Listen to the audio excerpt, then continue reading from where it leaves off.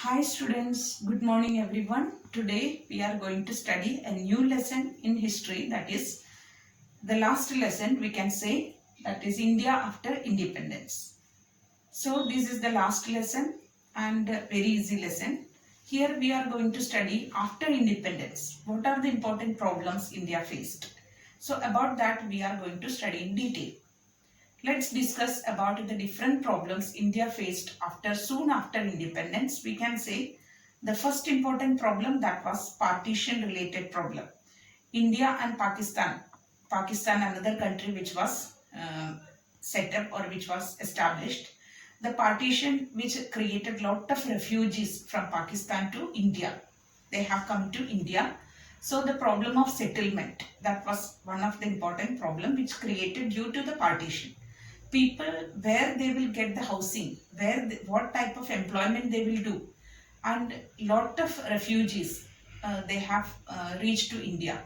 So this created a very big question mark in the minds of the Indian nationalists, or the people who were the leaders at those days in India. Next important problem, that was problem of unity. That is, in India we could see different variety of differences we could see. Every places are different, every languages are different, caste, religion, then food habits, languages, everything was totally different. So to make them in unity, so for that purpose they wanted to create the states, and states to join with India, or India as a union. So most of the states which were ruled by kings or nawabs, these were the princely states which were ruled by kings and nawabs. They were not ready to join with India as a country. They wanted to get separate territories. They were not ready. So to make them to convince them, to make them understand, that was another important problem India faced. So to create that unity, or the country as a whole nation, that was another important trouble that the leaders faced. In that we could see the role of Sardar Vallabhbhai Patel as the very important role to unite the states to India. So this is the second thing. Third important problem that India faced, that was development. We could see there was no economic development at those days, because we could see some people were very rich, some people were very poor. Means poverty was too much. And another difference we could see, that was the people, some regions were extremely well, rich, prosperous, but some of the regions in India which were very poor, means which were not having any natural resources, or which were very lagging behind in development. So these differences between rich and poor, then regions which were very rich or prosperous and not prosperous, that differences we had to, or that lag we had to reduce. That was another important problem for economic development of the country. So these three important problems that Indian nationalists or the leaders face soon after India's independence. Next, we have to study the topic, that is the constitution making process in India. So here the constitution, or to draft the constitution for India, that was the next important, or the one of the important aspect we have to study here. The constitution work which started before independence, that is December 1946 to November 1949, the constitution work, or the drafting of constitution, which conducted, or many political leaders, they attended the meetings, or they assembled the meetings in New Delhi, and this was to decide the political future of India, or else we can say the constitution making process. This constitution making process, or the political meetings, were said as the Constituent Assembly. So Constituent Assembly means the meetings held by the political leaders to draft the constitution for a free India. So this is known as Constituent Assembly.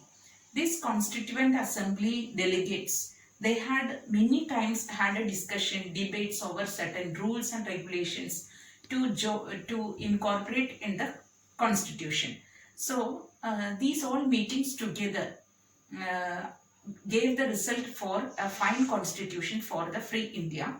At last, in January 26 January 1950, the India started ruling according to the constitution from the date known as 26 January 1950. So we celebrate January 26 or 26 January as the Republic Day.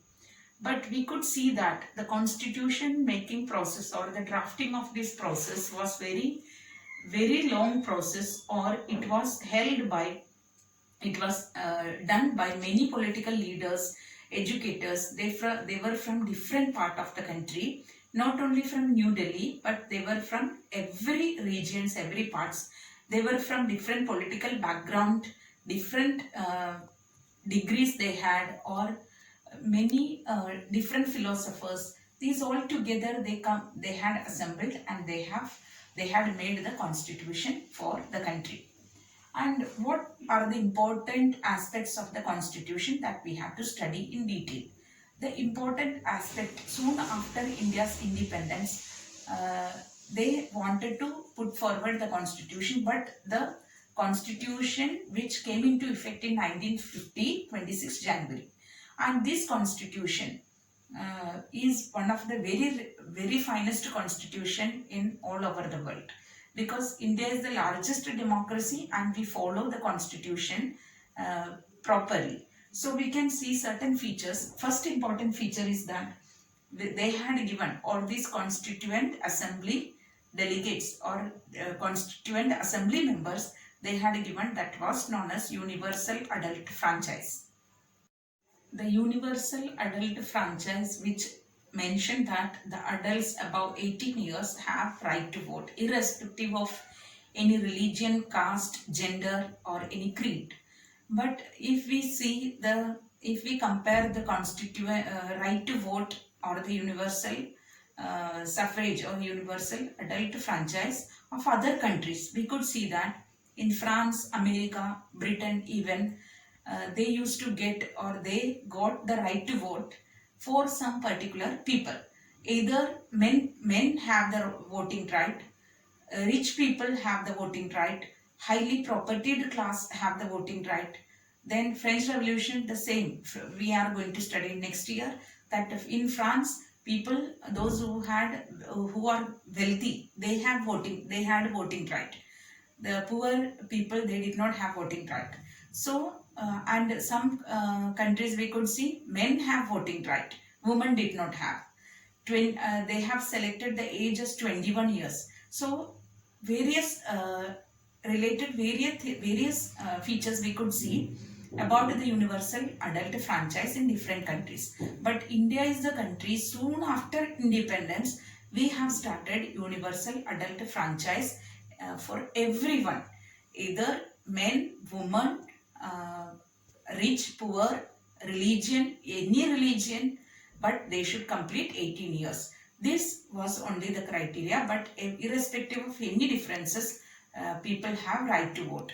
This is the one country, or India is the country which has adopted soon after independence the universal adult franchise. Every other countries, if we trace back their history, we could see in the initial years after independence, they did not have such universal adult franchise for everyone. Next important feature we can see in Indian constitution, that is known as equality before law.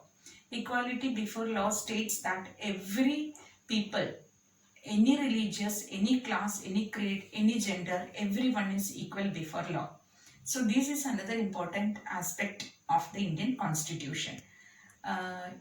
In India we could see different type of people, but law is applicable for everyone, and everyone are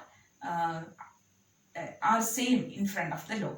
That equality, that is guaranteed by the Indian constitution, that is another important feature we can see. Hindus, Muslims, Sikhs, Jain, any caste or any religious people, they are equal in front of the law. This is one of the important aspect that the Constituent Assembly delegates or Constituent Assembly members have incorporated in the Constitution of India.